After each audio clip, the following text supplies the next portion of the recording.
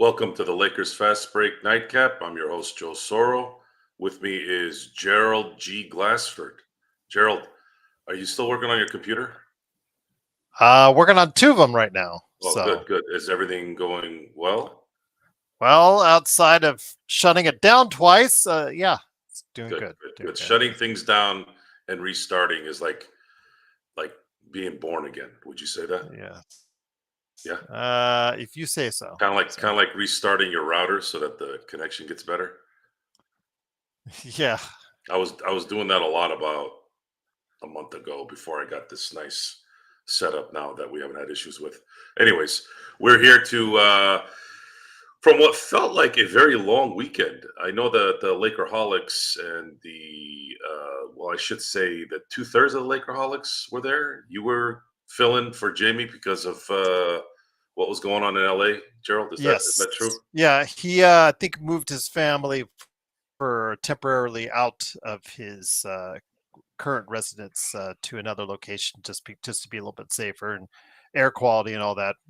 So he asked me to step in, and I got a chance to talk to two of the Lakerholics, Michael Heinrich and Laker Tom. And there's Michael Heinrich. It was great to catch up with him. And Laker Tom, well, it's Laker Tom. What can Yeah, I Laker say? Tom had some comments in this last show that were pretty controversial, if I Gee, have to. that's so different for him. Probably That never more than I happens. could remember. I think it kind of got to a point where was it wishful thinking or was it delusional? Was it blind optimism? I don't know. It's a crazy analysis that goes through over there, but the show did very well with Jamie not there, and I know usually Jamie's like the ringleader there, but we're going to talk about a couple things. Obviously, the Lakers schedule has finally kind of cleared out a little bit here to where they're going to get back to normal. The Lakers are going to play tomorrow against the San Antonio Spurs. We'll talk about a little bit about the football games that have gone on here the last couple days as well. Nothing really out of the ordinary in terms of who won. There was one team today that won on the road. All the other teams have won at home. And then we have one more tomorrow, Gerald? Minnesota and The the Rams, Rams. Yeah, the one that moved to Arizona. correct. So I to get things started with the Lakers. The Lakers right now, um, I don't really know. I don't really know where. I don't know where their mindset is right now. I'm definitely But as of now, they're saying that they're going to go ahead with that, and also didn't want to forget Michael Cooper. His jersey will be retired, and banner will be lifted up. so a little bit of extracurricular activity for tomorrow. Most of you who are listening don't remember Michael Cooper in his playing days. I, unfortunately, even as old as I am at 46, soon to be 47 in a month and a half, I got the tail end of Michael Cooper, so much so that I don't really have a lot of memory. But I do have a lot of Laker videos that I have on my catalog that I've watched. And Michael Cooper was indeed who he, who, what his reputation was in terms of a ferocious competitor as well as a ferocious defender. And Michael, I believe Larry Bird even mentioned how he may have been the toughest guy he ever played against in terms of defense. Yeah. Uh, I didn't think this day would come, and I couldn't be happier for someone more. Michael Cooper is beloved in LA, greatly beloved by everyone. It's very similar to kind of Paul Gasol and the Trevor Arizas and the Ron Artests, but I think a little bit more. Coop was a part of 5 championships. He was in LA the year before Magic arrived, and then he retired the year that Pat Riley left. So he was there essentially for pretty much the entire Showtime era. Some would say Showtime continued with Magic. I don't really consider Magic's post Pat Riley years as Showtime. Showtime was really between 1978, I should say 1979 and through 1990. I believe that was the end. It was 11 seasons of basketball that I believe redefined not only the NBA but also defined sports. It brought a pizzazz, it brought an entertainment value, it brought a charisma, it brought an enjoyment that I don't think has really been duplicated, except for maybe if, but an entire era. It's hard to say that anything could be better in terms of electricity. You could say maybe Bo Jackson had that same kind of electricity, but he was one guy. You could say the era of the fastest. I'm sorry, the greatest team on turf, the LA Rams for a 3 years window was some of the best sports and igniting performances that you've seen. And then, of course, the Patriots had a season in 2007 that, in my opinion, still to this day, even though they lost in the Super Bowl, was probably the greatest team I ever saw. So with that, uh, I'm very excited to see this. If I had a little bit more focus on this because of the fires, because of work that I'm doing. I'm actually going to be in LA tomorrow. I was thinking maybe at this moment, maybe I should go get a ticket and go, but I don't know. I haven't made up my mind on that yet. But just because of all the ruckus over there right now, but uh, but we will be watching at the very least and enjoying another Laker great going to the Hall of Fame and having his jersey put up in the rafters. Right now, Showtime is. That's a good question. Who do you consider Showtime on the team? Do you consider Showtime with the players that were? It's got to be the guys that they didn't have to win all five to be considered part of the Showtime era, right? I don't think so. So you have Magic, you have Kareem, you have Worthy, you have Jamal Wilkes, and now you have Michael Cooper. I know Bob McAdoo went into the Hall of Fame. Is he considered part of the Showtime era? Well, if his addition as a sixth man was vital Okay. to those mid successful years as far as in the mid 80s. So let's look at that list that I just told you. We have Kareem. Nick T. Nick T and his fascination with he's got a big time man crush on Olenek, Joe. Pacers prove why we need Kelly Olynyk to start next to AD. Because Miles the Turner was Pacers able to beat move Jared Cleveland. So. out the paint. Guys, uh, Cleveland was going to lose the game eventually, right? And Indiana always seemed to be the team that busted teams that had streaks since I can remember. That's just kind of Again, what they do. if you're going to get him for a late second, or because you only have 2 seconds. So if you're going to give him whatever the worst second is, Nick, I won't argue with you on that. But I'm not going to pay anything more for a 33-year-old center who's playing 15 minutes a game on a team that's won 10 games. I don't think about players that reside in areas where Danny Ainge and Masai are lurking. I don't I don't trust those two GMs. They're What's up, greedy and Laker girl? they're How you greedy and doing? they don't really do business unless they want to take you out and punch you in the face. So if it happens for a second round pick, sure. I mean, there's worse players out there that could sit there. I'd be definitely the best big, the second best big on our team, so it would work. Yeah. So I'll placate you there, Nick. If they can make it work with a second round pick, sure. But I don't think Masai is going to do that. He'll probably want 3 second round picks. But going back to the Showtime Hall of Fame era to honor Mr. Michael Cooper, you look at that era. You have Kareem Abdul-Jabbar, Magic, Coop, Jamal Wilkes, and Worthy. You essentially have a starting five and a six man now. You could put Bob McAdoo as the six man, which is what he was in 1980, 1982. Did he come in 80 or did he come in 82? 82. Was it 82? He wasn't on the 80 team, right? No, He he wasn't, was right? not. Okay. No. So 1982 and 1985 is when Bob McAdoo won those championships before I think he left and eventually retired. So yeah, I mean, look at the setup here, Gerald. You have center at Kareem, you have Jamal at the power forward, you have James Worthy at the 3, you have Coop at the 2, and you have Magic at the 5, and then Bob McAdoo as a 6 man. That is the perfect Laker Hall of Fame setup. And that's actually correction, kind of cool. 81 is the year. 81, 82 is his first season. So yeah, he may have come in the trade deadline around early 82. Yeah, I'll have I to don't look into exactly. that. 82 and 85. I know he was on the 82 and 85 teams. I don't know if he did much Yeah. on the 85 team, but he was on the team.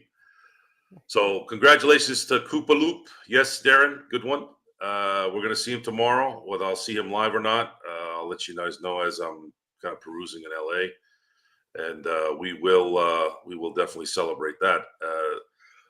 The Lakers right now, in terms of what their performance will be tomorrow, I haven't really had any visual on what this might end up being. Is this going to be an inspiring game for them? Are they going to take advantage of the fact that they got some rest and they can actually come out and guns a blazing? I don't know, Jared. What do you think? How do you think their performance is going to be? Are they going to be lackluster because of they haven't played, or are they going to play well because they've been rested?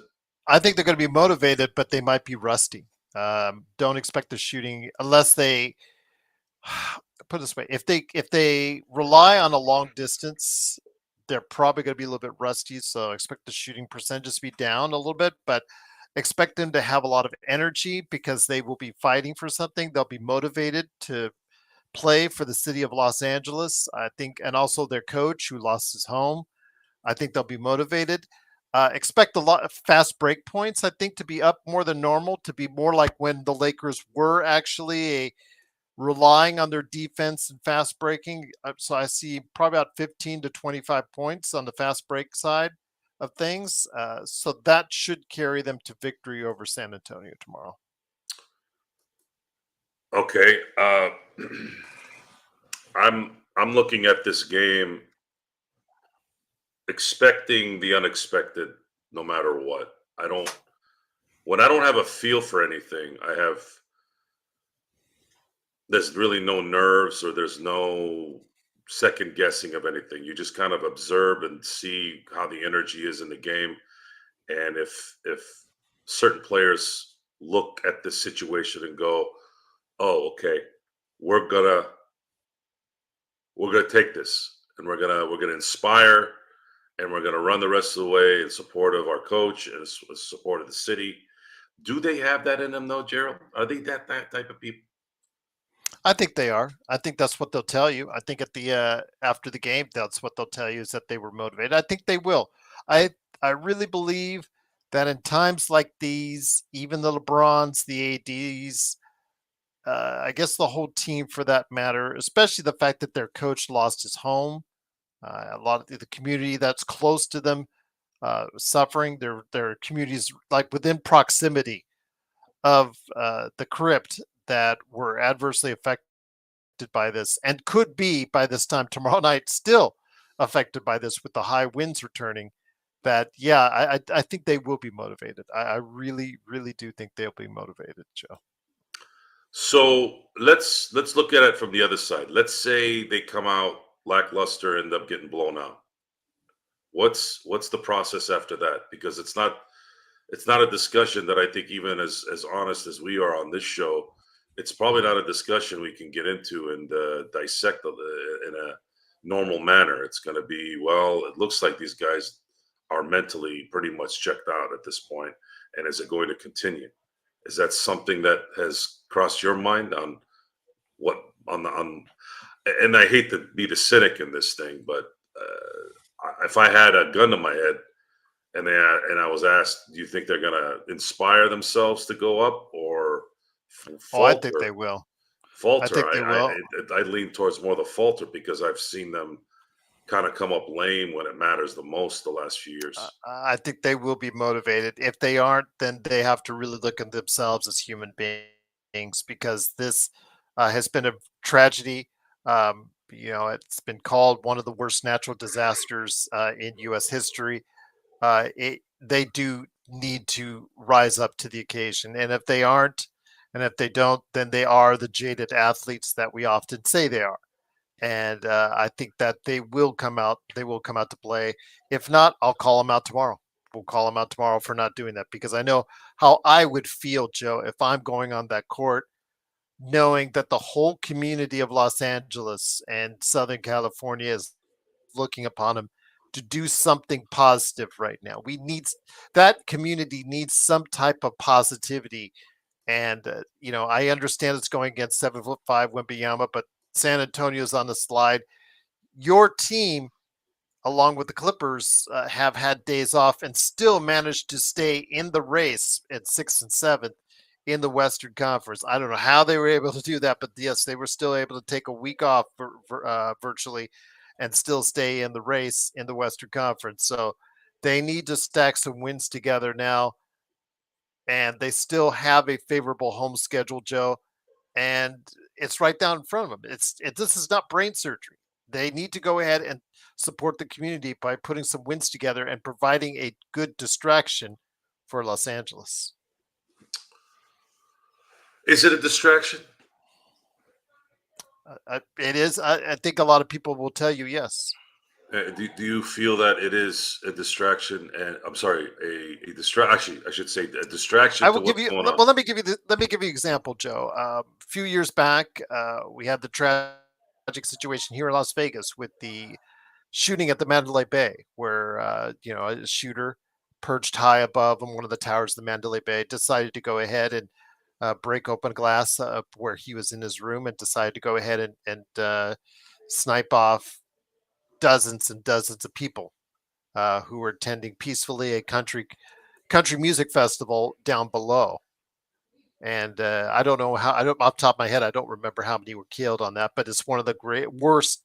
It's one of the worst shootings of all time as far as mass shootings in U.S. history. And we were devastated as a community. I felt numb for days. For days, it felt awful. My wife works at a local hospital here in town, and we had just see what was going on in and around that area at that time. It was just so draining and so sad and so just terrible. You go to the certain sites where you pay respects and things of that nature and try to do best you can to help the individuals and their families and whatnot. It was so draining. But to the Golden Knights, what they provided for us in that time, I'm telling you, my friend, it was absolutely something that we needed at that time.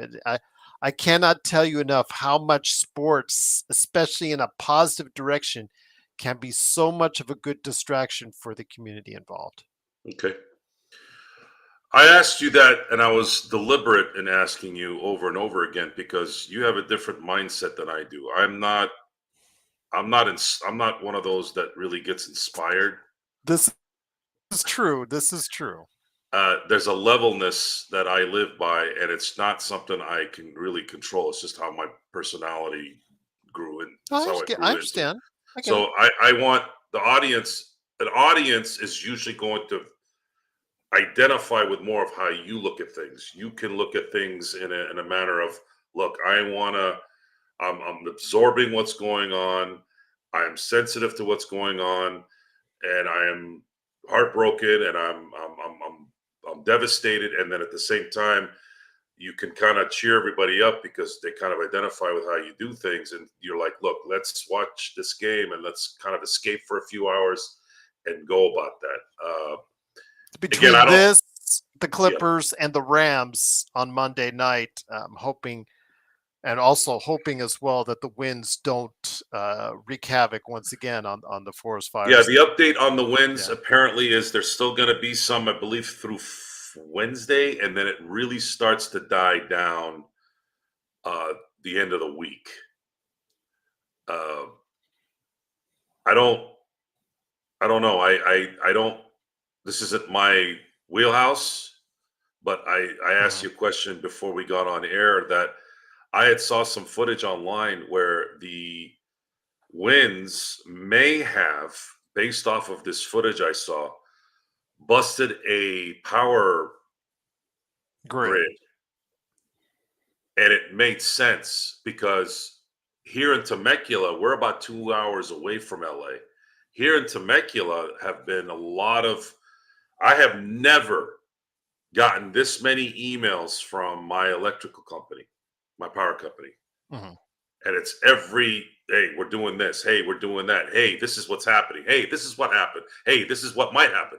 they are communicative and they are trying to be as proactive as I think you can be in terms of power being off in certain areas that might end up getting maybe the same situation once the winds get through.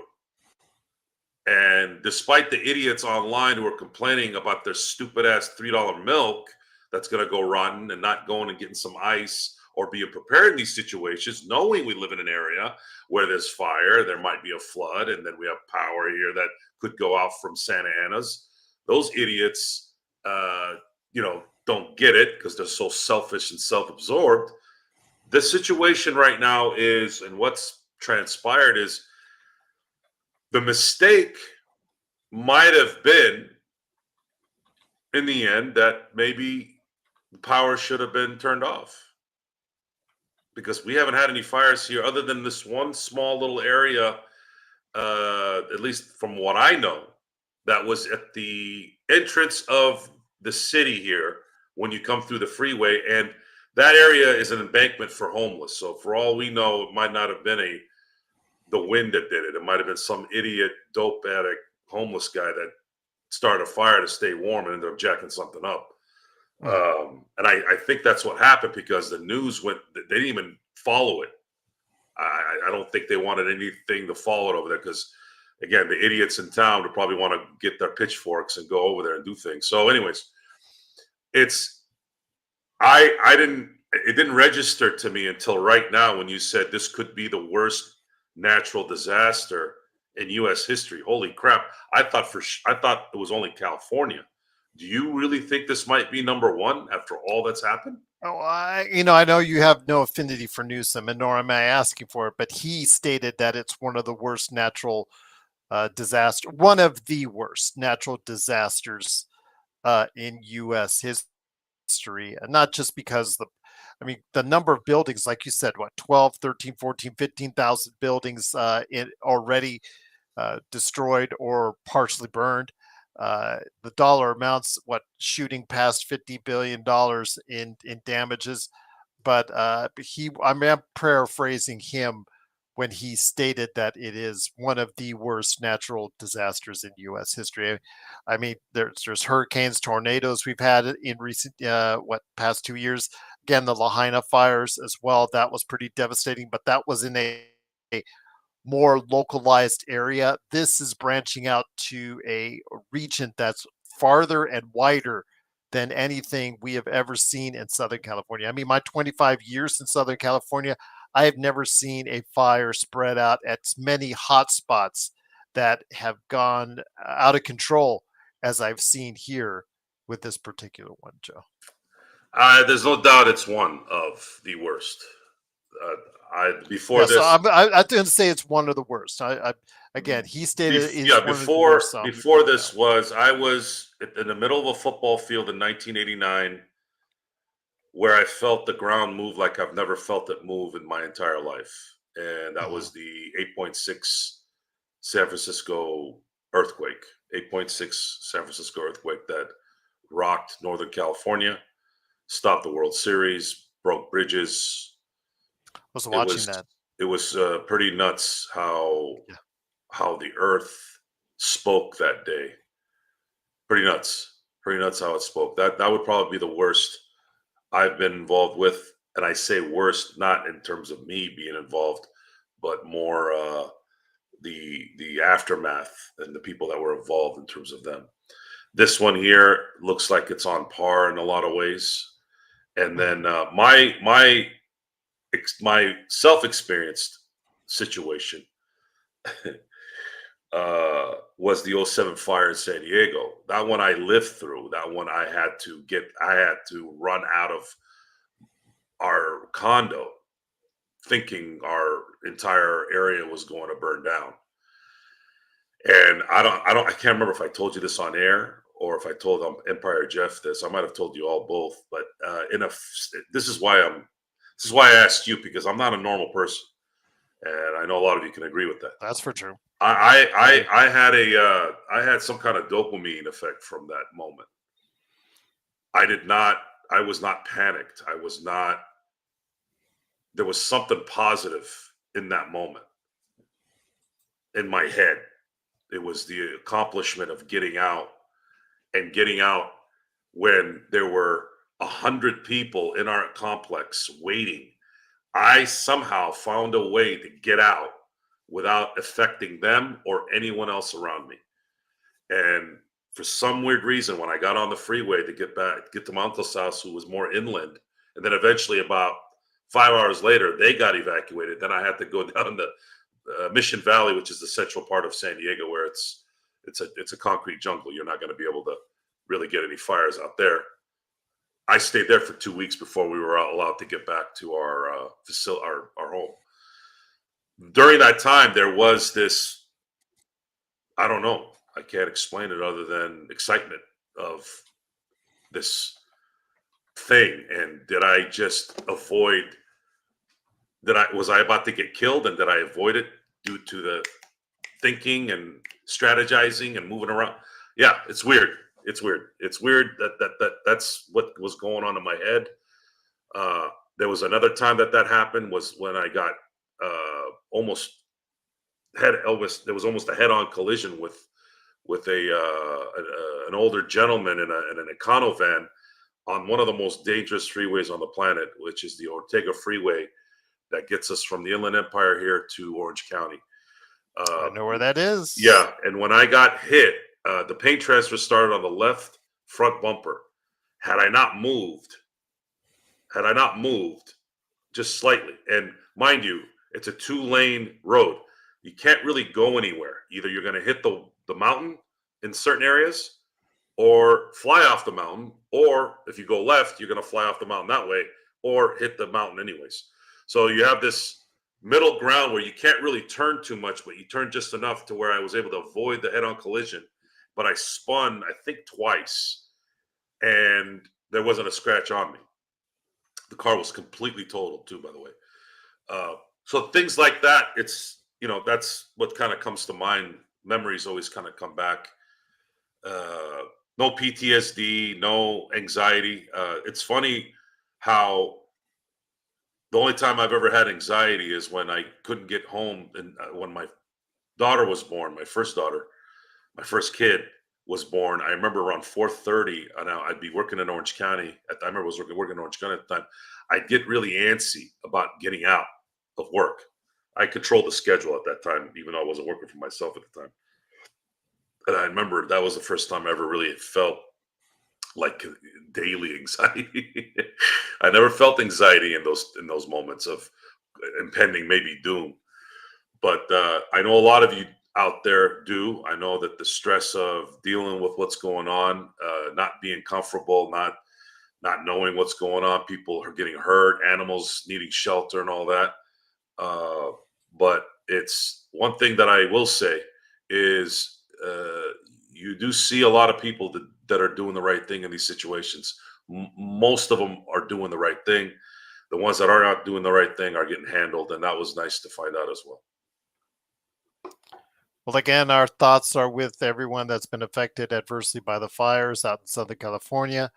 I do want to go ahead and mention again that the Lakers, as of this point, are go for Monday night's game. The Clippers also, I believe, as well, have a game, and they've been told as well that they're going to go ahead at the Intuit Dome.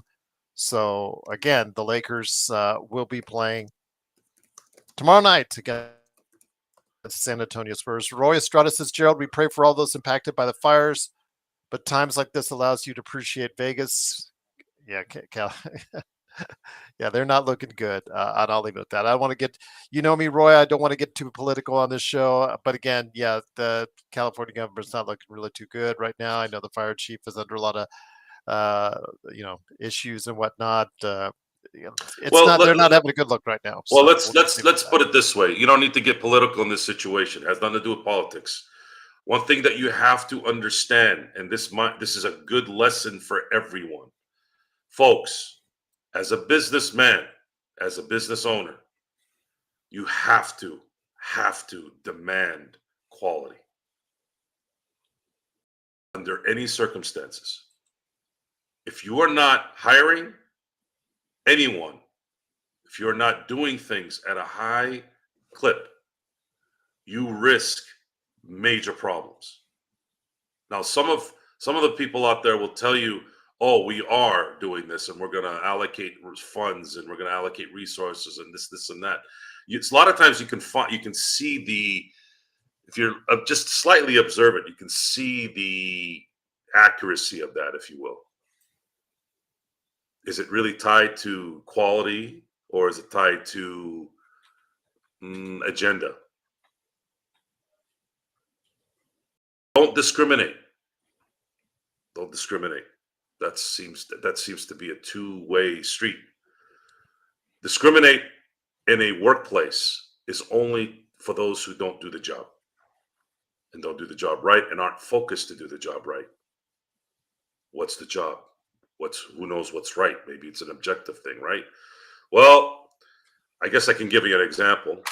If you have people in an industry like the fire department, Gerald, yeah, answer me this question. Hmm. You have 10 people and you only can hire 5. Whatever their test is, whatever their agility tests are, whatever their IQ tests are, whatever their physical attributes are, if you are to hire 5 out of 10 candidates for your fire department, who are you going to hire out of those 5? Are you going to hire what someone looks like or how they perform? See, we're getting into stuff that I don't want to talk about. I know your issues with the DEI and all that. I see your comments and all that. I'm just getting the best people possible for the job. There you It go. doesn't matter. And I'll leave it at So that. I'll stop it I'll from leave it there. at that. Yeah, So yeah. best people possible. Let this be a lesson. Let this be a lesson. And if you want to look at the silver lining, I think isn't that what Tom said the other day? Hmm. Talked about a silver lining about one of his observations. If there's a silver lining in LA, is it did hit an area where most of the people, not all, unfortunately, not all, most of the people that had the tragedy of their homes being vanquished are gonna be okay. I know their memories might be gone in certain things and all that, but they'll be okay financially. That's the silver lining there. It's still LA. There will be resources to build, and they'll be back. They'll be back. And the optimism in this is I believe that this will be the last time you'll see this, especially in LA, in terms of this kind of catastrophe. You might have a Again, small. it's just not about the people. It's about like what Roy Estrada said to you about the mitigation. As far as how you control, how you try to battle these fires. There needs to be a different approach to how they deal with. This is the ultimate. I understand it's the ultimate, and I understand that nature, like we talked about, the winds throwing these embers around. You can only control so much. I get that. I understand that, but there were some preventative measures you could have taken that they didn't take, and it's come back on them. And it's simple as that. Yeah, it's a fixation on. hmm, Yeah, I again, mean, the same thing. Could you say the I, same thing about the hurricanes earlier last year? I mean, could you say the same things about the tragedy on at in New Orleans? Uh, I mean, there could have been better protection there. People are saying that always after the fact. The problem is, do we take the steps and do we so there's spend the two ways to money look at this too, to go right? ahead and do There's that? two ways to look at it. The insurance companies, from what I heard, I don't know 100%, folks, so don't kill me on this. They wanted to triple the rates because of certain fire preparations not being met. Oh, of And course. the narrative was, oh, the insurance companies are trying to rip you off. Hmm. Folks, that's where you have to be careful. That's where you have to be careful. Uh, not everyone is always trying to rip you off. Most of the time, sure, but not all the time. Sometimes you got to look at both sides real quick and kind of determine what needs to be done there. Uh, this is the difference between this and a hurricane and a tornado. I think there are drastic differences. I don't think you can really stop a tornado. You can't, can you, Gerald? I mean, I don't Well, think you. I mean, you can prepare, right? You can yeah, you could prepare for a prepare. tornado, but I don't know necessarily if you can, like, I don't control. You can't do a controlled burn somewhere and stop a tornado. You can't But and see. just like you can't stop you can't stop the embers from once that kicks up in a highly well, let's just say some of the hills are not easily accessible, Joe. So let's say like it did in some of the spots that were there. And again, don't add us either. Don't add us. We're just saying that again. Could there have been better prevention methods? Absolutely, but there is going to be some damage maintained in these fires simply because the fact when you have those high winds throwing those embers around, Joe, it's going to go ahead and reach into some places you can't fireproof an entire county. It just is just not logistically possible, and that these embers are always going to find a way to at least cause some sort of damage. But you could have minimized it. You could have this could have been prevented as far as at this level. It could have, I believe, it could have been I prevented. agree. So our favorite question man, Robert Wheeler, Joe or Gerald or both. did you Here he all both? is. Did you all both start doing this show together at the same time? The answer to that is no. I came in years later. Robert. I started this. Well, let me go just real quickly. I started podcasting in 2009 with Game Source. I did that the Game Source podcast, which you can still find out there in the interwebs. Did that until 2016.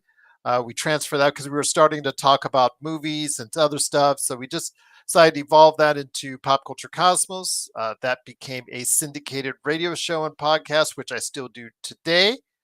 It's I'm hoping everybody out there give it a try because Pop Culture Gospel is really good stuff. In fact, I'm going to throw hopefully some of our conversation tonight on it for the show tomorrow. So we'll see about that. But again, it is I started that, and I always was would go ahead through the world of pop culture, and every now and then I would talk about sports. I would talk about the NBA draft. I would talk about the NBA a little bit here and there.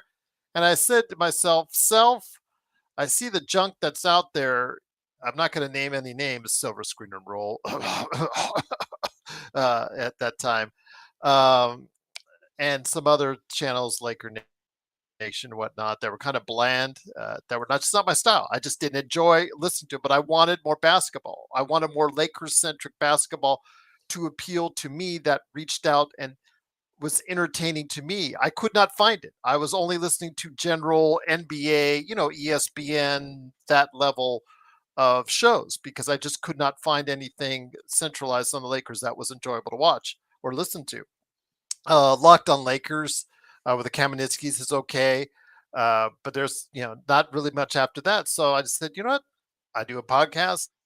I talk about NBA now, on Pop Culture Cosmos every once in a while. So the 2019 season, before that arrived, I started doing shows from there. TJ Johnson, who I talk to every now and then, started with him, started with a couple other people as well, as far as having them guests on the show.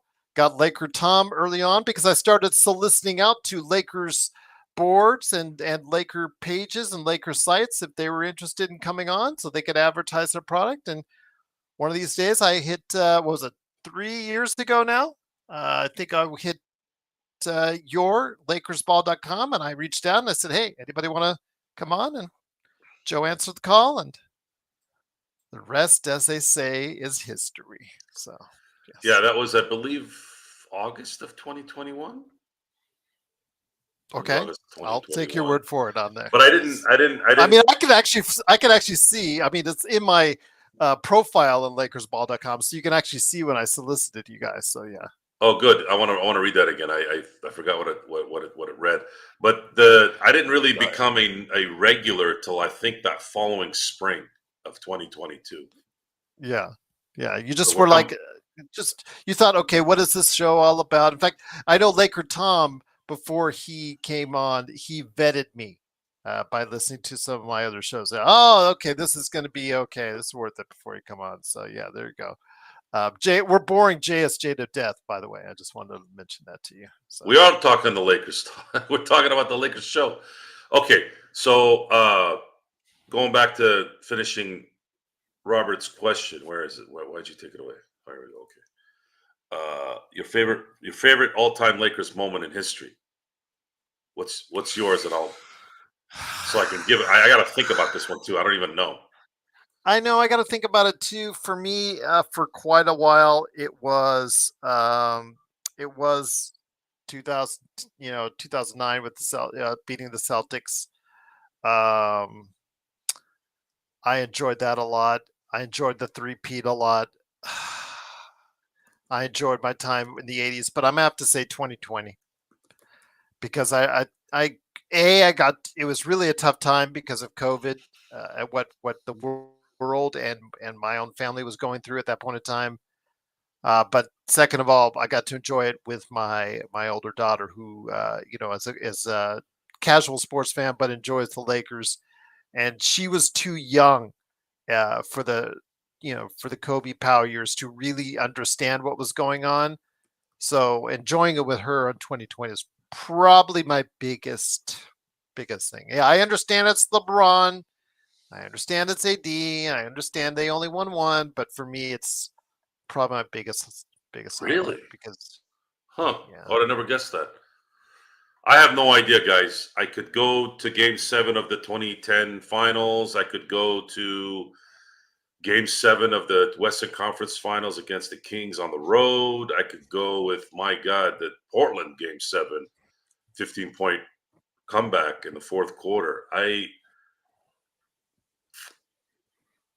If I had to pick, probably the most electric moment, Fisher's Point 4. That got the cops called on me because I yelled so loud. Two cops showed up at the door and they thought I was beating somebody up, which was total BS, by the way. I think the neighbor just was a prick. But I was like, no, man, I was just screaming about the Laker game, and then they went away. I think that was the most electric moment. And this is even seeing Ori's 3. But when the reason why that moment was so great was I felt that the Lakers escaped a sure loss and now sat at 3-2, and I had 100% confidence they were going to close it out in Game 6. And that night they closed Game 6 against San Antonio was the same night I saw Tarver knock out Roy Jones Jr. in Vegas. Robert and JY have both mentioned my top 5. They're both the Ron Artest shot and JY have both mentioned it. Both those are just they're top 5 for me. Both those are top 5. Winning on the road in Boston Garden. Oh, Joe, you have no idea how satisfying that was. That was just like finally the 800-pound gorilla was taken off the Lakers' shoulders, and this mystique of the Boston Garden, it died right there and right then. There was like any team going into Boston Garden and trying to defeat them on their home court at that time. There was just this absolute mystique at that time, just watching it fade away because of what the Magic and the Kareem and the Lakers did was just absolutely just fantastic to watch as well. Yeah, it was. I watched I have the box set. I couldn't live through it live, at least knowingly. I was 7 years old, wasn't into the Lakers at that time. But you watched the Memorial Day Massacre in Game 1, and I could only imagine what was going on with everyone, not just the Lakers and Celtics at that time. At the end of that game, the Lakers fans, because I think the Lakers players knew, hey man, that's it. We're done with this. We're gonna take these guys out because that's what they end up doing, right? And but the Lakers fan don't know that. The Lakers are not in the locker room. They're not the players. They don't know how those guys were thinking. I could only imagine if you had teleported that moment after losing the first 7 all that time, and then you're on the 8th finals with these guys, and now they just killed you by 100 points. Imagine what would have gone on Lakers Fast Break and all these Laker channels and all these forums. Laker fans would be essentially putting the Lakers in a box and throwing it over the bridge. And then what transpired after is what really was complete dominance. So much so that they were the first team to beat Boston in Boston to win a championship. And they were down 50. I think they were down 15 in that game at some point, weren't they, Gerald? Mm-hmm. In game 6, and then came back. I remember double digits. Yeah. Yeah, and then Kareem hit that what was likely the sealer, and him going like this. When you see someone stoic like Kareem get excited like that, it's pretty inspiring. It's a moment. It's a great moment. Even though I watched it years later on DVD, it was a hell of a moment watching all 6 games and really understanding a little bit of what was going on at that time. It actually pissed me off when Pat Riley said that the 2006 Miami Heat finals was his most praised accomplishment. I'm like, come on, Pat. I know you're in the moment. I know you're there, and you can't say that about the 85 finals. There's no bigger series Pat Riley ever won in anything other than that series. Would you disagree, Gerald? Have you frozen, Gerald? Sorry, folks. Gerald froze. Hey, Gerald. What's up? You froze. Why did I freeze? That's so weird. Might be got to figure this out. Oh no. I think Gerald it's a Talk Studio thing. It But might anyways. be. Yeah, tough. Riley, after I think it was at the podium, he had mentioned how the 06 title win in Miami was his greatest accomplishment. I think you guys are starting to find out. I don't have Wi-Fi, folks. I have a direct line. I don't do Wi-Fi unless it's my phone. Yeah, tough. He said it after the show. Is the Brahma Bull on your shirt, Joe? Yes, it is, sir. Yeah, he's 1 of 4. Danny said, I remember last time we wore that, Danny was like, Joe, why do you like the Bulls? And I'm like, no, it's I have 2 of these. I have 2 of these. I have 2 of the black and gray T-shirt hoodies. And then I have 2 army green T-shirt hoodies. The Rock really outdid himself when it came to the Under Armour gear. It's really nice stuff. I praise him for that one. And I'm still playing that it to Bubba.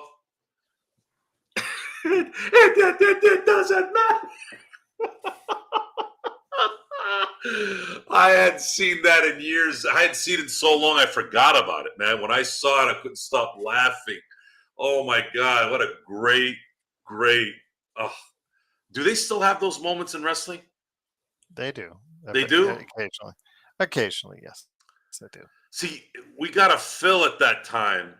It was almost every week. What a time it was. I don't want to be that guy, though, Gerald. I don't want to be the guy that looks back at the 90s and salivates at how great it was. But how can you not say it wasn't great? Seriously. At that time, you had, of course, you had Stone Cold Steve Austin reaching the height of his success. You had a burgeoning star in The Rock, and then you had supporting players like the Undertaker, Mick Foley, and others that were very capable as far as presences out there. And so, yeah, I can't say I blame you, Joe. I can't say that was a great time. They don't. There's. It's going to be hard to find another time where you have that many things fall into place at the same time. But wrestling, I don't want to say wrestling's never been hotter because they're saying that, and under not statistically and money wise, they are making more revenue now than they have ever been at the WWE level. Obviously, the move to Netflix has started with gangbusters. Uh, money that they're generating is top notch. When they go out on the road, they're not going to full houses everywhere, but they are close to full houses, which again, just brings in more revenue. But they announced with the Intuit Dome show that was the largest arena gate that they had ever done in pro wrestling history. So now you figure it's only 17,000 people, but you figure how much they were selling those for a pop. So if you can sell out a building at those kind of prices at 17,000 people, I mean you're doing something right, Joe. Now you're on Netflix. You've got a deal that if it goes 20 years will get you several $billion over the course of time. Uh, wrestling has not.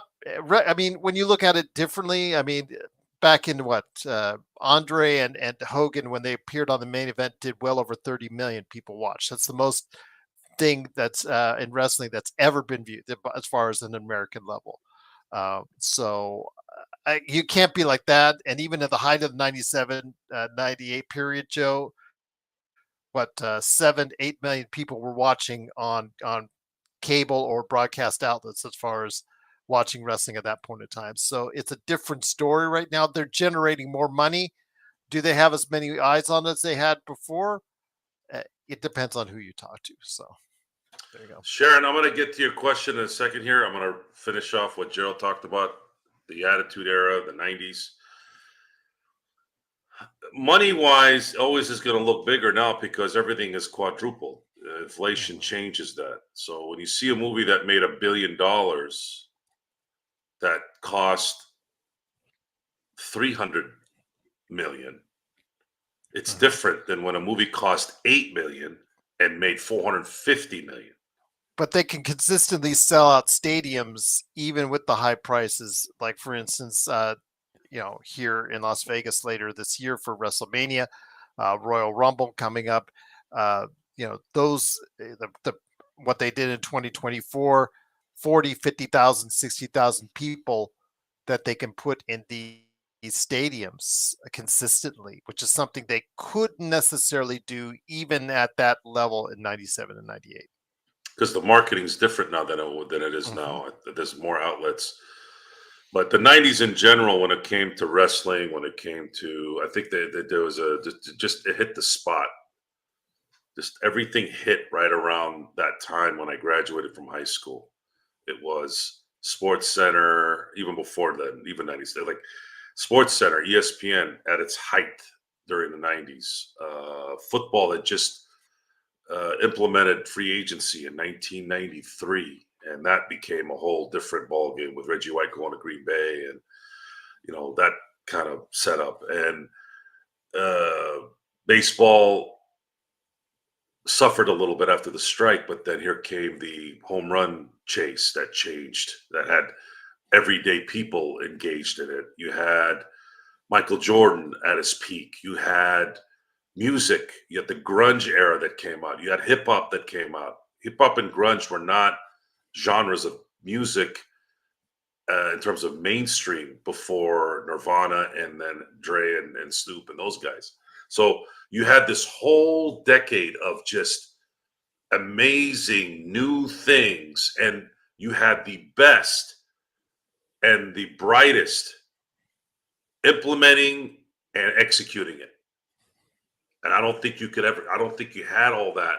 I don't think I can remember in the time I've been alive where all those things came together at once.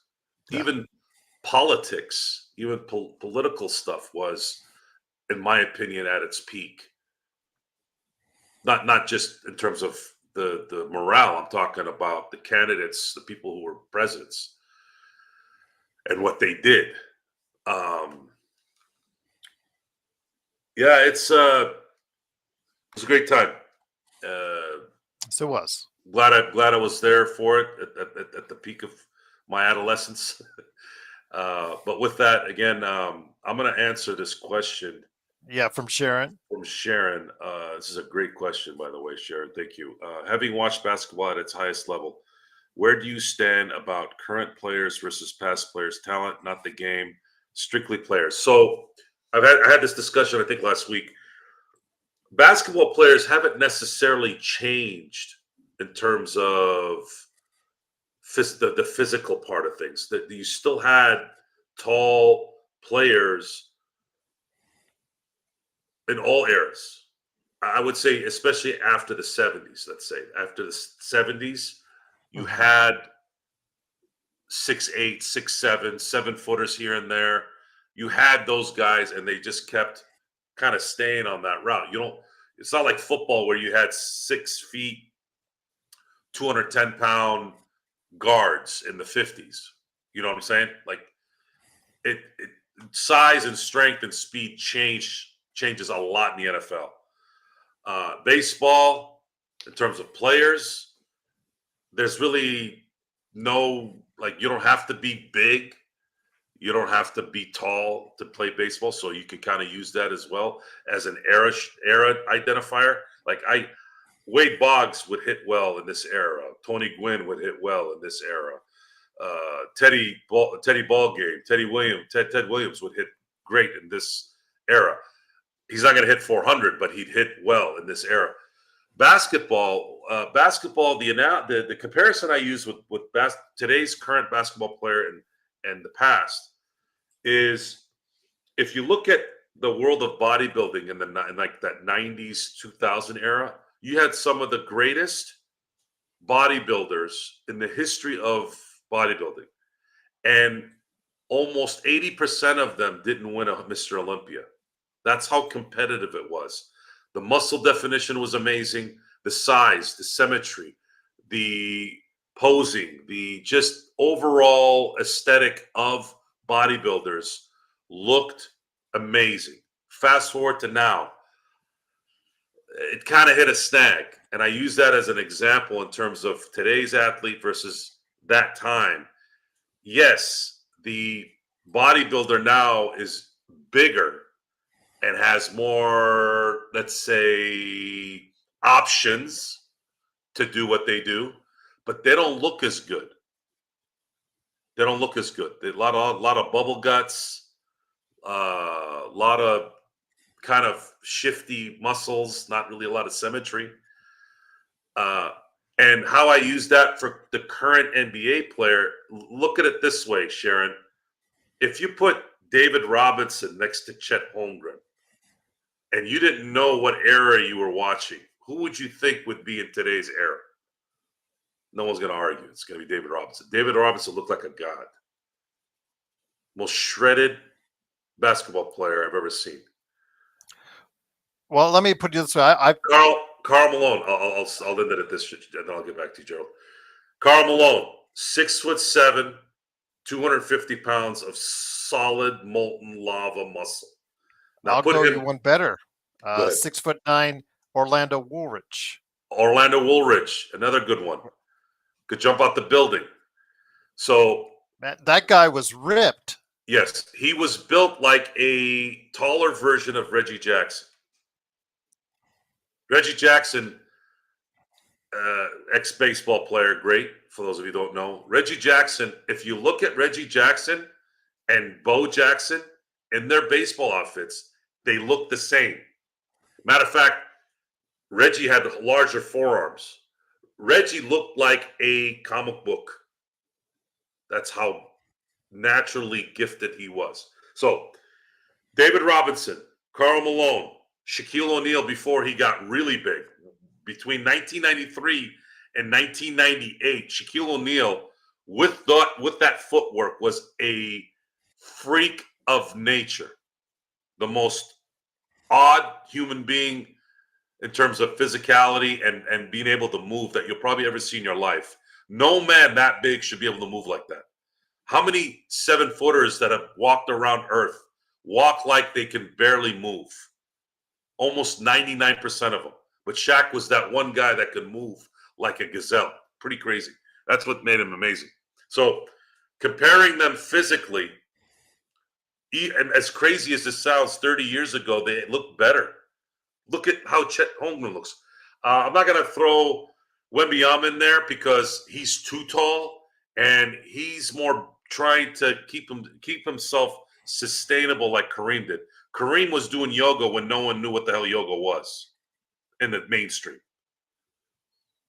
And the reason why he attributed yoga in helping him play for 20 years. Wembyama does the same type of preparation, a lot of stretching, a lot of pliability, which is why he hasn't gotten injured. Chet Holmgren should learn from that. And you can see it in Chet Holmgren. You've heard me joke about Chet Holmgren. Looks like he just came out of a dumpster, right? Like, come on, Chet, get your act together here. Get some advice from Victor and start really doing some proactive stuff so you can stay on the court instead of every time you fall down or every time a bee comes by, you're injured for 3 months. Who else? Who else is big right now that we can? John Morant. You could say he's built like an AI, just maybe a better vertical.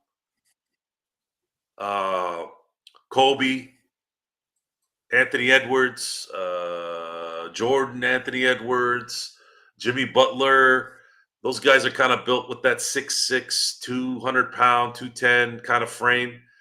A lot of guys are going to look the same, are going to have the same height, same weight. As far as the fundamentals, though, I think it's night and day. Those who were taught fundamentals back in the day, a lot of them played for great coaches before they came to the day. That's why their fundamentals are so great. In today's game, the players don't have really any fundamentals. There's not a coach that lasts long enough for them to learn from or care what they say. They only play one, or it's not even really 1 year. They play, 6 months in college, and then they're out. So they have no time to sit with a Dean Smith or a Bobby Knight or a Krzyzewski or a Roy Williams to really learn the intricacies and kind of mature a little bit as a basketball player. So a lot of it is kind of learning on the fly. I guarantee you, though, and I had this was the final button on this when I was talking about it off the air with somebody. I said, if you take everybody from the 90s and you teach them what they're learning now in the NBA, those guys would dust everybody in the league right now because they would learn. If you think that somebody like Kobe Bryant or Michael Jordan or Reggie Miller, especially Reggie Miller was doing it already. If you don't think those guys would be able to shoot 15 threes a game and make it work, you don't really know how basketball works. What about the action this weekend in the NFL, my friend? I know that it's not for everybody, but I know that there's some football fans out there. I'll keep it quick. I know our crew likes Lakers stuff, and I don't want to deprive them of that because I want to talk about lastly, I want to talk about the game tomorrow and kind of get that done. As far as the NFL is concerned, this week I feel like I've been wrong on more than usual on my assessments of games. The Charger game was a surprise to me. I had no idea, based off how Houston was playing, that the Chargers would throw a dud like that. I just didn't think that they would throw a dud. If anything, if they would have lost, they would have lost in a close game. I had picked them, and Vegas had them favored by one? By one. Yeah. I felt that this could be a good moment for Justin Herbert to kind of tell the world that I am here. But he threw more interceptions in one game than he did all season long. Correct. And 2 of those were bounced off receivers. It wasn't really his fault. You can't really blame him for that. But the quarterbacks get the glory. Quarterbacks get the blame. So the blame's going to go to the quarterback. And this isn't the first time Jim Harbaugh comes in year one gets his feet wet, and kind of ends it on a bad note. I believe Jim Harbaugh will fix these problems at some point. However, the Chargers need receivers, and they need receivers bad. McConkey was to this year's geez, my brain went dead. The receiver from the Puka? Rams, Puka. Yeah, Puka. Puka. He is this season's Puka. He had a phenomenal game, an absolute barnstormer of a game. Happy for him. He has put the league on notice now of who he is. He's not just some possession receiver, Wes Welker. I guess you could say he's kind of a more spread out Edelman. Mm-hmm. So if that's the case, then I think he's got a good future ahead of him. But the Chargers have a lot to fix in terms of the other catchers. And then, of course, their defense. I believe Khalil Mack is contemplating retirement, and that might be a possibility at the end of the year. And they're going to have to get some studs on defense to help Derwin James do his thing. I am not worried about the Chargers. I think they'll continue to improve, but that was one pick that I had that was completely dead wrong, and I called that one on. That was a bad call on my part. I had no idea that the Texans defense was going to be that relentless. I mean, they were relentless the entire game. There was no time for Herbert to do anything. So good for the Texans. I'm glad for them. It's they're going to lose next week, but it was a nice. It's been a nice steady improvement since C.J. Stroud has arrived. They had a really good season last year, his rookie year. They went to the playoffs this year, won a playoff game. And now that's going to continue to build regardless of what happens next week. So good for them. The game, let's see, what was the other game we had? You obviously all know that I picked the Ravens to beat the Steelers. I don't probably need to get into that too much other than it came out exactly how I thought it would. And the people in Pittsburgh and Steelers fans in general, I'd say about 95% of us all have said what we need to say about what needs to get done next. But it doesn't look like it's going to happen, and we're going to have to sit through this until it finally gets done. Mike Tomlin has been the coach of the Steelers since 2007. Mike Tomlin has gone to 2 Super Bowls and won 1. The only problem with that stat is the last time he went to the Super Bowl was the 2010 season. The Super Bowl was in 2011 in February. So we're talking about since Super Bowl 45, the appearance there when they lost to the Packers. The Steelers have won 3 playoff games. One of those games they should not have won. The Cincinnati Bengals went AWOL, had a late fumble they shouldn't have had. They were basically all they had to do was run the clock out. Their 2 wins, legitimate wins in my book. One was a blowout against a Matt Moore-led Miami team. Yes, I'm going to say that again. Matt Moore-led Miami team. And then the following week, they beat the Kansas City Chiefs in Kansas City with Alex Smith at quarterback, and they didn't score a touchdown in that game. And then the following week, they got whooped by the Patriots. So, how many years is that, Gerald? 2011, 12, 13, 14, 15, 16, 17, 18, 19, 20, 21, 22, 23, 24. 14 years. 14. 14 years. And mind you, my intelligence is insulted all the time, but this is the biggest insult to me. You have media people, football people, people that coached, people that played, people that have been announcing sports for decades, telling people that Mike Tomlin is great. And if I sit in that room and I explain how he's not, they're going to look at me and say, you never played in the NFL. You never played in the major college. You didn't coach. You don't know anything. You're some bum sitting on a couch. Okay, fine. If that's how you feel, go ahead and say that. But explain to me this. You had a top 5 quarterback for the majority of that time. You had the best receiver on the planet for at least 5 years during that time. You had the best running back / receiver for about 3 of those years. And you've had great players like Cam Hayward, TJ Watt, James Harris. I mean, I can go on. All these players during this last 14 years. And you want me to believe that this guy is a great coach when he's only won 3 playoff games in 14 seasons? And in the last 4 seasons, he's gotten blown out and didn't make the playoffs 3 of the last 7 seasons? Oh, let me add this. He got beat by Tim Tebow and Blake Bortles.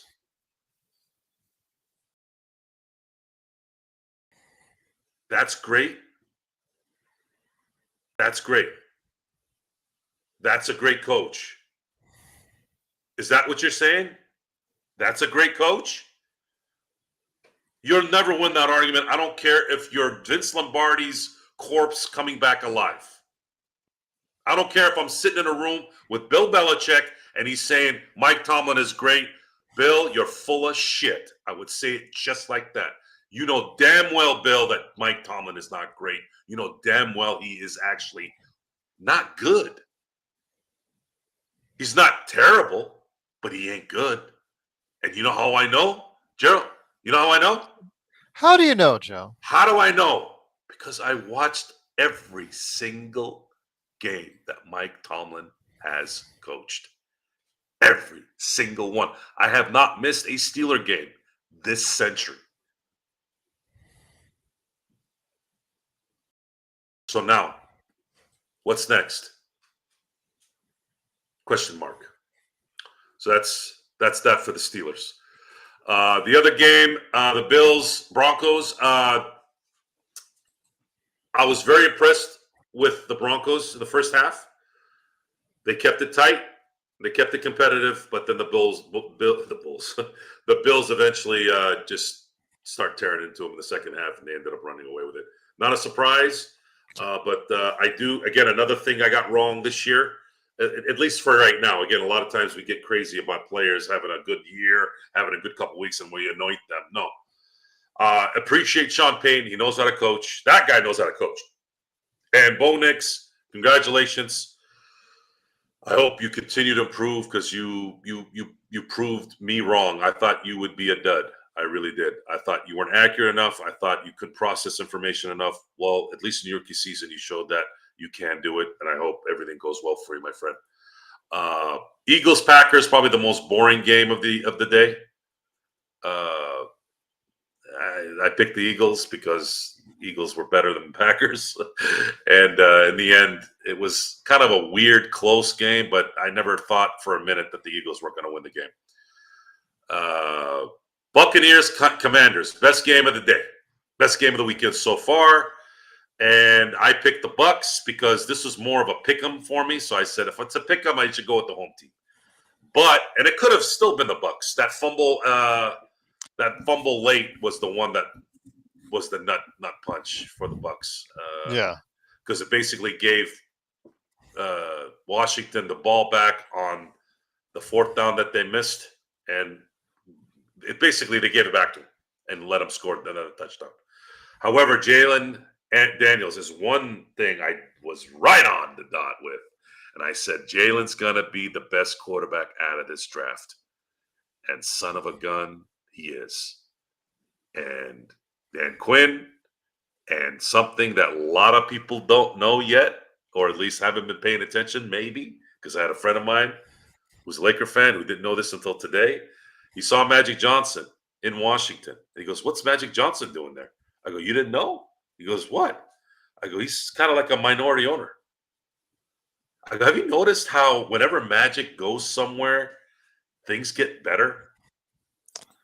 No, hold on. Let me finish. I'm not talking about executive decision making. I'm talking about when he goes there as the ambassador. Thank right? you for clarifying. Good. Now, Yes. but Thank you for clarifying. he did. Would you agree that he did clinch the LeBron arrival, or do you think LeBron was coming regardless?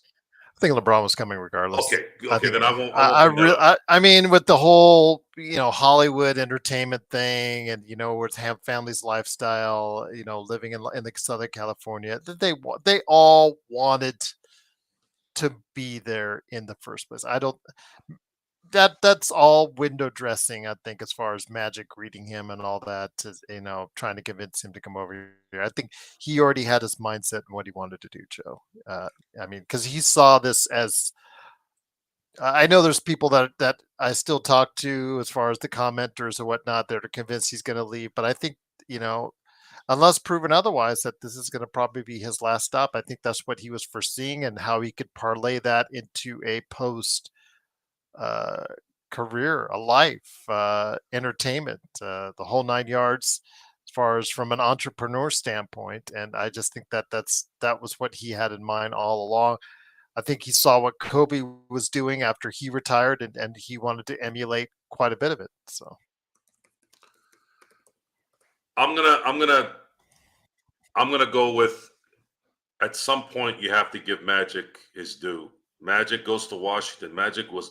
Washington was a as an this ambassador, I give it to you, but not as an he executive. created an atmosphere in two places, and with the Dodgers and their ownership set up after the McCourts, and then of course the Washington Commanders right now. What's going on there? Because that was a just a disaster for a long time with that Napoleon Snyder dude over there, and it's just can you? I can't roll with a coincidence anymore. Washington was a dud for almost 30 years. And all of a sudden, Magic comes and gets involved, and here we go. Look what's going on. Maybe it was a coincidence, maybe it was not, but I believe it was Magic used his magic in this, and it worked. And good for them. I hope they continue to play well.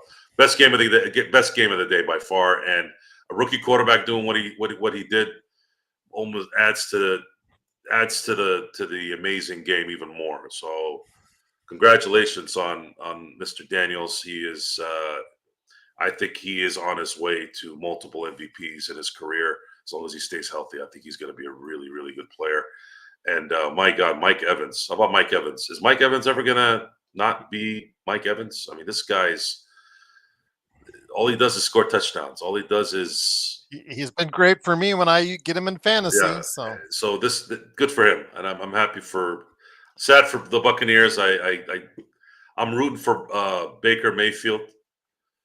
He almost became a Steeler, by the way. I wish the Steelers had given him a chance. That would have been nice to have him in Pittsburgh. But why, at the same time, I don't know if it would have worked either way because Tomlin would have screwed it up either way. But Sharon, I believe there is some truth to that. I believe there is some truth to that. That some players don't want to come in any sport. Don't want to come because of that.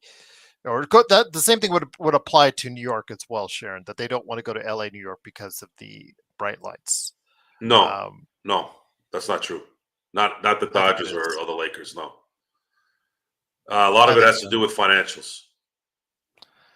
I think so, Sharon. I disagree with him on that. I think there Yeah, is some. Gerald's There wrong is on a this one, Sharon. Don't worry about it. No, no, no. Joe's wrong on this one. I think there is some that shy away from LA or New York. They don't like the larger markets because they don't like the bigger spotlight. So What sport are you I talking agree. about? This is not tennis, is it? Shut up, Joe. Huh? Why is everyone coming to It's the just Dodgers then? trades, No, free a lot agency. of these Yeah, guys signed. there are some that don't want to be part of it. Gerald, just admit you were wrong. No, I won't. You admit you're wrong. You I'm not admit wrong on though. this show that you're wrong. You are. No, I was Absolutely. wrong on predictions, not You were, why and you see, people there don't you come go. to You admit, LA. and you were right on wrong. Yeah, of course you No, were. I'm not wrong. I know this. This is my teams. These are my teams as far as Lakers are You're concerned. a Yes, Laker there are fan, players who tried and away coming to from. the Lakers, there's a. It's too hard to There just are come to the players who Lakers have tried. because There there's are salary cap players who have implications shied and away deals. from the spotlight. You have said it yourself. They come in. It's well known that the Lakers, when they do play for the Lakers, a lot of these shooters, a lot of these players, because the bright lights, they come in. and their percentages dip. It's well known. You have said it yourself on this show. Yes, Oh, you're Sharon. talking about the 7 and 8 type players. Talking about their players, So not stars. I'm Paul talking George. I think about it's a play. Laker. I think it's a Laker thing, not an LA thing, though. But like, for instance, the Yankees, because of the Yankees mystique and whatnot, there have been players that have not wanted to play for New York and LA. Who didn't want to play for the New York? Like the Knicks? Not the Knicks. Knicks have won anything in Folks, years. I'm talking about Gerald the is having Yankees. some. Gerald's having Shut up, some Joe. I am right, and complications. you know it. We're I am gonna right, and you we're know gonna it. let I am him. right. We're gonna let him marinate tonight, and we'll discuss Yeah. this maybe on another show. No need to marinate. I already know that's the case, Joe. Okay, Shut hold up. on, hold on. Lloyd Avenue, welcome. I don't think I've seen that name. So Lloyd has a question. Lloyd, are we still mad at LeBron because everything's his fault? Without LeBron, Laker would still be worst team in NBA. Lloyd, with all due respect, it comes with the territory. When you're the big dog, you get all the praise, and when things go wrong, you get all the blame.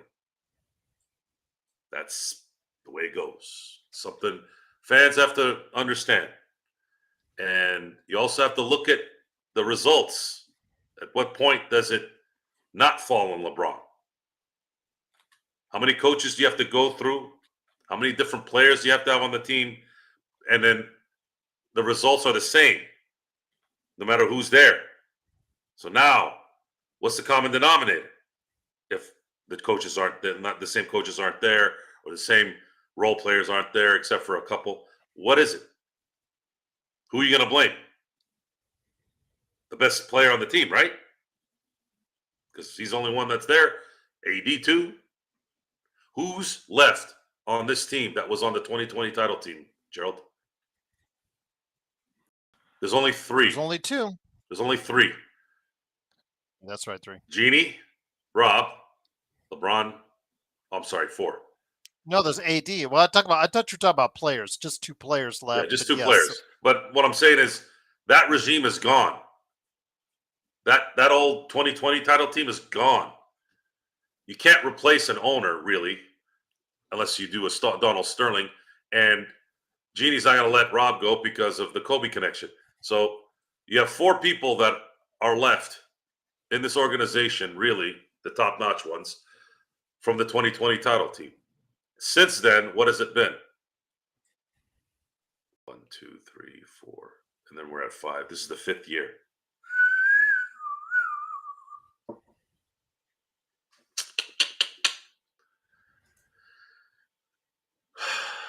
You want all the praise, you get all the duds when it don't work out. And that's the way it goes. I'm getting some good questions tonight, man. Let me look at some more questions here. JY, there you go. JY is really good with questions too. Jeff Teague made a comment on his podcast about Kobe wanting him, but Teague said he didn't want that smoke play for the Lakers. Facts. I have never heard that, but it makes sense. Jeff Teague was a decent player. I wouldn't say he was a good player. Decent? Good? Very good. When you look at Kobe's championship roster teams, let's look at that for a second. In the 5 championships he won, 2000 was Shaq, AC Green, Kobe, Ron Harper, and Glenn Rice. The year later, starters were Shaquille O'Neal, Horace Grant, Kobe Bryant, Ron Harper again, and Rick Fox. 2002, Derek Fisher, Fox. I think Ori played more started more that year, didn't he? Yeah, Ori, Kobe, Shaq. So 3 different starting lineups each year. Still very effective. Still awesome players around, right? Fast forward to 2009 to 2010. You had Kobe, Gasol, Bynum, Ariza, and who was the 5th one? Jeez, I'm drawing a blank here. Ariza, Kobe. Oh, Fisher. Sorry. Fisher, Kobe, Ariza, Bynum, Gasol.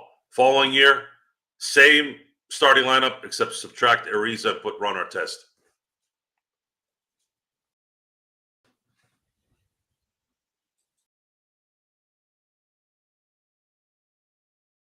So what's my point here? Did everybody get it? Am I being too quiet? I think you are. Yeah. Do you get my point on this? Samaki Walker. That's right, Aaron. Thank you. Samaki Walker was starting in 02. Next to Kwame was the worst Laker at that time. Oh my God. Oh, Samaki Walker made me want to put my head through a wall so many times. I don't know. Thanks for Smush that, Aaron. Parker was not exactly high on my Christmas card list either. He ended up winning a championship, so I guess he did okay. So let's see. Lloyd again. LeBron had the same amount of coaches as Kobe did on the Lakers, and Lakers surround LeBron and bums and says, "Here we give you Austin Reeves so you can win a championship." It's a joke. Give you? Give you. Where'd you get that from, Lloyd? And why are you so high on LeBron? Why aren't you paying attention to the Lakers? We're not LeBron haters or LeBron stans. We're just, again, LeBron statistically having one of the greatest seasons ever for someone 39 or older. But when you talk about some of the things that he doesn't do what he used to do, the problem is the Lakers do need it at times. I mean, a little bit more effort on defense because, as Darren will tell you, his defense is usually not there. Obviously, the fact that he's so demanding of individual as far as what he does with the ball, high turnover rate. I know that a lot of people have issues with that as well. So you take for that what it's worth. Again, he does a lot of great things for the team, but also at the same time is very divisive in what he does and how he goes about things. Well, it looks like Lloyd has made up his mind on exactly what's going on. A lot of times we would argue back and forth on that, but I'm not going to argue anymore about LeBron James. If you guys because we're to win, we get called either which way. We've been called LeBron stans and LeBron haters, which means we're in the right spot on the same day. On the same day. So that means we're in the right spot. How we assess LeBron James, it means we're in the right spot. If you're gonna favor LeBron, no matter what happens, then you're in the wrong spot. Because LeBron had a huge hand, because it was his agency that enabled, while management and ownership enabled him and his agent, to do things that weren't smart. And it's not worked out very well because there was a massive residual effect that's still taking place. You want to blame Austin Reeves. Austin Reeves was a free agent, Lloyd. They didn't draft him. Yeah. They picked him up as a free agent. And the fact that he's doing what he's doing is a miracle in the NBA. It's like winning the lottery to play the way he plays without being drafted. So I don't know why you would throw him into this. It wouldn't have mattered if they had 5 NBA superstars. They still would have been able to get Austin Reeves because he was what, Gerald? A free agent. A free agent. Undrafted. He could go literally where he did not want to be drafted late in the second round. He and his agent told teams they did not want him to be drafted so he could choose exactly where he wanted. You know who else wasn't drafted? Lloyd? He just got an $80 million extension in Oklahoma City. His name is Alex Caruso. So what's good for the goose is good for the... Yes, you all know that. You all know that line. Who we shunned over for who we treated like dog shit. Didn't even bother giving him a call and just telling him, Alex, we're going to go with THT. He's 6 years younger than you. It looks like he's developing well. We're going to put our money with him. Thank you for being here. Good luck with everything. Not even a phone call. You know why? You know why? I have a theory on this, Gerald. I think she was filling out the PPP loan during that time. I think she forgot.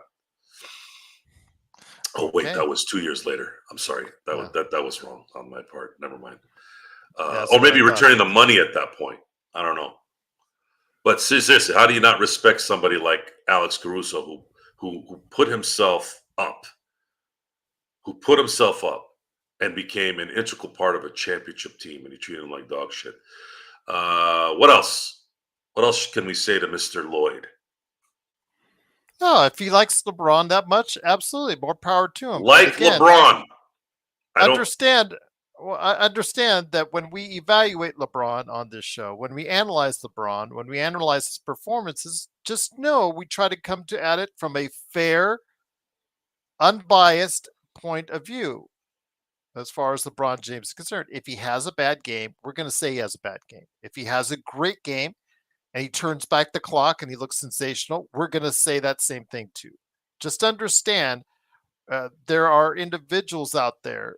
I don't know if you're one, but there are individuals out there who just it, LeBron walks on water for them, and that there's nothing he can do wrong. And the problem is he is a 40-year-old basketball player. He cannot do the things all the time that he did 10 years ago. And unfortunately, this team and this GM still constantly has that in mind, that he can still do these things on an 82 game basis that he did 10 years ago. And that's the problem, because he built a team around it thinking that way. And that's where some of our problems start in regards to that. But LeBron, when you do get great games, we call it out. When you get bad games and he looks like old LeBron, we're going to call it out too. We are fair in our assessment of it. And like we said, when you have people calling us LeBron haters and LeBron stands all in the same breath, it just shows that we are calling it as we see it and as it should be. So, And Lloyd, you are exactly right. We need a new GM. If you get a chance and listen to any one of our shows in the past 3 years, you would understand we have been saying that for quite a long time. I think since the Westbrook trade, I think I called for his head in the Westbrook trade because I was really mad that day. and that was a panic move, Lloyd. They panicked because Brooklyn had just acquired James Harden, and they thought they needed a third guy. I hated that move. Hated that move. Drove 330 miles so I could actually say on the air how much I hated that move. And that was the beginning of the end. That's why you never let a agency that only cares about themselves. You don't let someone like Scott Boras dictate how you run your team. Scott Boris's job, who's a super agent, his job is to get money for his clients. That's it.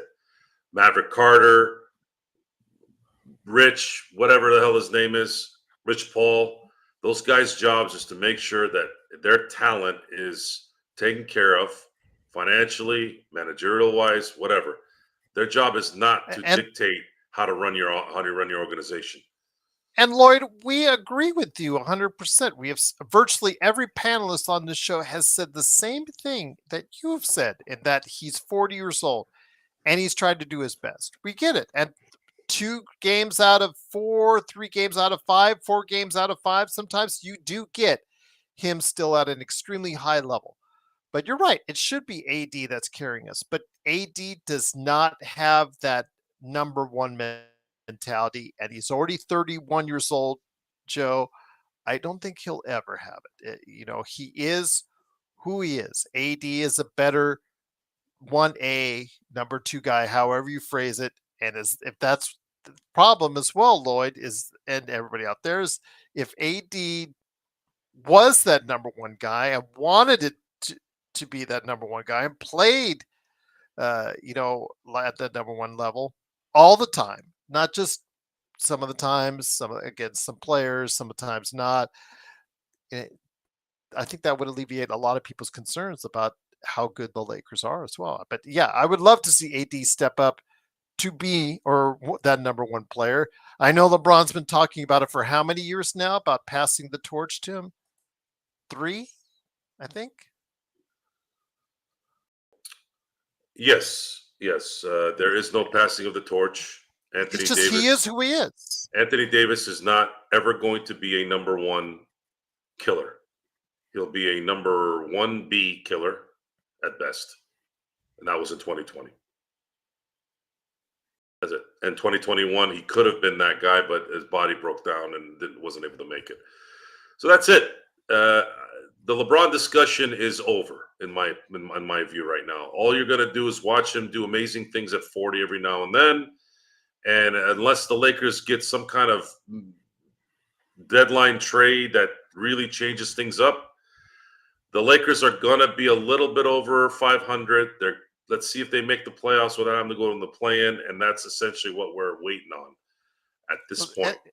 And again, you've said that, and I've said that they need another third. I don't want to say third star anymore. I would just say a high-level scorer that can, pick up the slack when AD or LeBron isn't having that day during an important game or in the playoffs.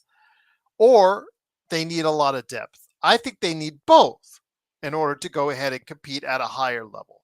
The problem is the Lakers only have so few assets. They can either go for that third star, quote unquote, or high level player, or they can try and get 2 or 3 players that are going to be contributors and rotation guys. They can't do both, and that's the problem. They need both in order to compete at that championship level. We've seen the LeBron AD tandem.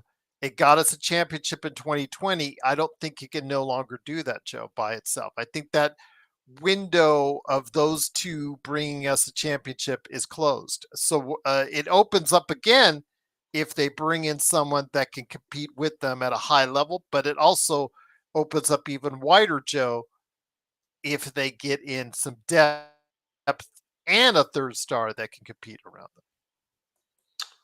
Yeah, that's going to take assets that they don't have, unfortunately. Yeah, they just don't have it. They And then don't the have- they D'Lo don't have- trade, Yeah, which they is don't why have- the D'Lo trade, that 20 million is gone, which is, expiring. I understand DFS solid player, but the problem is solid players. I don't know. You need a lot more solid players than just one. So. Can the Lakers? This is from Jay Whitehead. Can the Lakers still contend for a championship without a MVP candidate? And when has a team won a championship without an MVP candidate on it? Detroit. Yep. Detroit 04. The anomaly of the NBA in my lifetime. Yep. Sharon says, did you watch the Cleveland OKC game? They proved it's a team sport. Absolutely. And a good offense will beat a good defense every single time. But Sharon, coming this week, they have the rematch in OKC. I bet you because it's in OKC, there'll be a lot more defense assessed on it. It will not be a 129 to 122 game is what I'm thinking. So What was the question? She said that they proved it's a team sport in the Cleveland OKC game as far as having a complete team, as far as it's concerned. So You mean when they played? when they played each other, as Oh. far as Yeah, basically Cleveland and OKC have 3 to 4 high. Well, in the case of OKC, they have one very high level player and a huge depth of roster right around them, plus some guys that are really getting into a higher level, growing into their roles. And then Cleveland has they have 4 3, possibly 4 all-stars this season, and then a quality backups that are playing at a high level. I mean, the Levert, after struggling for years, has found a stroke once again. Ty Jerome, they've got guys coming off the bench, all playing at a high level and playing with confidence. So you look at the two teams, Cleveland and Oklahoma City. They have similar paths and what they've done to get to where they are now. They both acquired their MVPs, their number ones. Shea Gilgeous-Alexander was acquired in the Paul George trade in 2020. Donovan Mitchell was acquired from Utah. And then they drafted flawlessly. Cleveland getting guys like Darius Garland and Jared Allen, and Oklahoma City getting Chet Holmgren, who's not even playing right now. So these guys are playing well without him. But they've gotten Dort. They've gotten They got the Williams kids. yeah, they're just amazing. Jalen Williams and Wiggins. Kenrick Williams. Yeah. So Jalen. Hold on. Just one more. You remember we talked about 9 out of the last 10 years at the Bronny spot, how those players did not stay in the league. The one player that did, Wiggins, is killing it off the bench for OKC, Joe. We'll talk about that another time. I don't want to get too. I'm just letting you know that the one player that did. They also got Giddey, who they traded for someone like Caruso, who's going to fit perfectly on a title team. They acquired Hartenstein. And then of course, in all that, Presti was able to acquire dozens and dozens of first-round picks. So not only has he set himself up and his team with a championship caliber team, with depth, with youth. Now, this is going to change, folks, soon. They're not going to be able to pay all these guys max contracts, right, Gerald? At some point, they're going to have to let some of these guys go. But they're going to be able to draft their replacements. And that right there, folks, is as good of a setup in the NBA as you're going to have. You have so many assets, so many high-end assets. And then if you don't want to draft those guys, you use those draft picks to go get what you want to replace them. Now, what Oklahoma City needs to do is they need to win a championship this year. They win a championship this year, it sets the stage. Because once you win a championship, you use, especially if you're young when you do it, and you've got stars and an MVP candidate, and then you've got all these assets, you're gonna build a culture there that's going to win regularly. Usually that's how it works. What's up, Kurt? Hey, Kurt, how you doing, bud? Question, Gerald. How do you think Boston's doing so far? You see some things that you don't meandering. Are they just coasting? They're coasting, and it's tough to evaluate them, Joe. I'm not going to sit here and say, yeah, they're struggling. Oh, they've got issues. Oh, it's a done deal that they're not going to go back, because we've seen the Lakers do the same thing, Joe. Especially during the years when they won the three-peat, that they just meander at times, and I think they are meandering right now. They're solidly in second place. They're letting Cleveland play themselves out to win 70 games. They're just letting, hey, go ahead, do what you need to do. Boston, again, they remind me of a team that's just like the Lakers have been done this before. You just get in that mindset, because remember, Joe, they've also played at a high level in the playoffs for years. I mean, years. I think they played more games since 2019, 2020, since the bubble, or even before that. You could say the core, at least the two forwards, Brown and Tatum, have played more playoff games, I think, than anyone in the past 5 seasons, if I'm not mistaken. Would you agree? Not agree on that? I think that's the case. As far as, does fatigue start to set in now after all those years? I'm sure it does. I'm sure it does. When you're playing into May and June every single year, there's a certain sense of fatigue, just going through the motions. You already know how good your team is, that type of deal. They already know how good their team is. They know what they're relying on. They're relying on the three-pointer, and it's not a mystery to them, Joe, in the playoffs. It worked for them already last season, and it's just got to work again. How effective will they be from behind the three during the playoffs? That's just a matter of and will they play a solid enough defense? And I think they have those assets on their team. The major question would be, is Holiday over the hill? Is Holiday going to be washed? That's my key in the starting lineup. Plus, will Porzingis be injured? If Porzingis is healthy, they're a lot of trouble, Joe. But if he's injured again, that opens up some flaws for them that they may not have replaced by that time.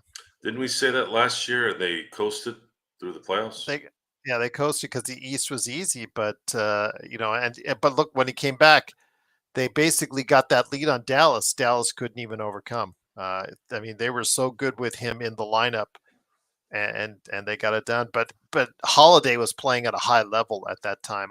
He's been struggling this year, but I'm not going to say he's washed yet just yet. I mean, it's not like Mike Conley in Minnesota where they're now having him come off the bench. It's been so sad to see his decline this year. But Holiday has struggled this year. I'd say that's the key. If Holiday doesn't play well for them at a high level, Pritchard doesn't guard, and Hauser doesn't guard as they can't guard at a high level like them. It's just White in that backcourt. Good info. Good info. Thank you for that. Well, I'm gonna shut down for the night. Again, I want to thank everyone for being on the Lakers Nightcap tonight. We kind of went into a lot of different subjects, both LA Fire, NBA, Lakers, football. That's usually how the show goes. If this is the first time you've seen the show, we try to kind of potluck the thing a little bit depending on the current situations. But again, thank you for being here. For those who are the regulars and those who are new, please, if you're new here, like and subscribe. We'd like to see you here asking really good questions tonight. We're phenomenal. Good Got one comments, more. too. Lloyd Avenue saying, is Keon Ellis a good pickup for us, the Lakers, if Fox asks out from the Kings before trade deadline? Good defensive guard. Obviously, bringing someone to the perimeter. Scoring is always an issue, Lloyd. That's why he didn't stay in the starting lineup like he did last season, because he was shooting better last season when he first burst onto the scene. I mean, he is going to stay in the league as far as his defense will take him, but he will be a solid rotation player, or even possibly fourth or fifth starter if he can go ahead and shoot and score. And that's always been his issue. But yeah, defense, he's been a good defender in the league, and he would be a good pickup for the Lakers if that's the case. Sort of. Lakers need a high impact player for this to really matter, unfortunately. Well, no, But we talked about that. I yeah, mean, as far as we talked about what will put the Lakers into the spot that everybody here expects or wants them to be at a championship level. And I'm thinking, again, we talked about it earlier. I don't want to go beat around the dead horse, but yeah, we talked about it earlier, what they need. They just don't need 2 or 3 rotation guys like we're talking about from Utah or this team or whatever. They need someone who can pick up the slack when LeBron or AD isn't scoring at that level. They need a guy that the other team needs to really position themselves for, really scout themselves for a high level player like that, plus depth to go around it. Otherwise, the Lakers are just going to be a playing team or first or second round exit at the best. good question, good answer. Thank you all for being here tonight. For those of you who want to contact us, please contact us at LakersFastBreak@yahoo.com. If you want to contact me, I'm on Facebook as Johnny Blade with Freddie Freeman as the Statue of Liberty in New York. You can reach me on Instagram with SinBlades_turf. And if you really like X, I don't, but I still have an account there. You can reach me there where my real name exists only on social media, and that is Joe Soro LFB. Great show, great discussions, great questions and comments, great chat room dialogue. For those of you in LA who are dealing with what they're dealing with, please get well, get safe. Hope everything works out for you here the next few weeks. Hopefully this fire stops. Lakers come back and are ready to play tomorrow, 7:30 p.m. Pacific Standard Time. We will be on playback. For those of you who are here and are new, we have playback live games that we do commentating on, and then we do the post game afterwards. And then sometimes I'll do a nightcap afterwards as well. So with that, Gerald, thank you again for being here tonight. Everyone else, thank you for being here tonight. Until next time, we'll see you next time.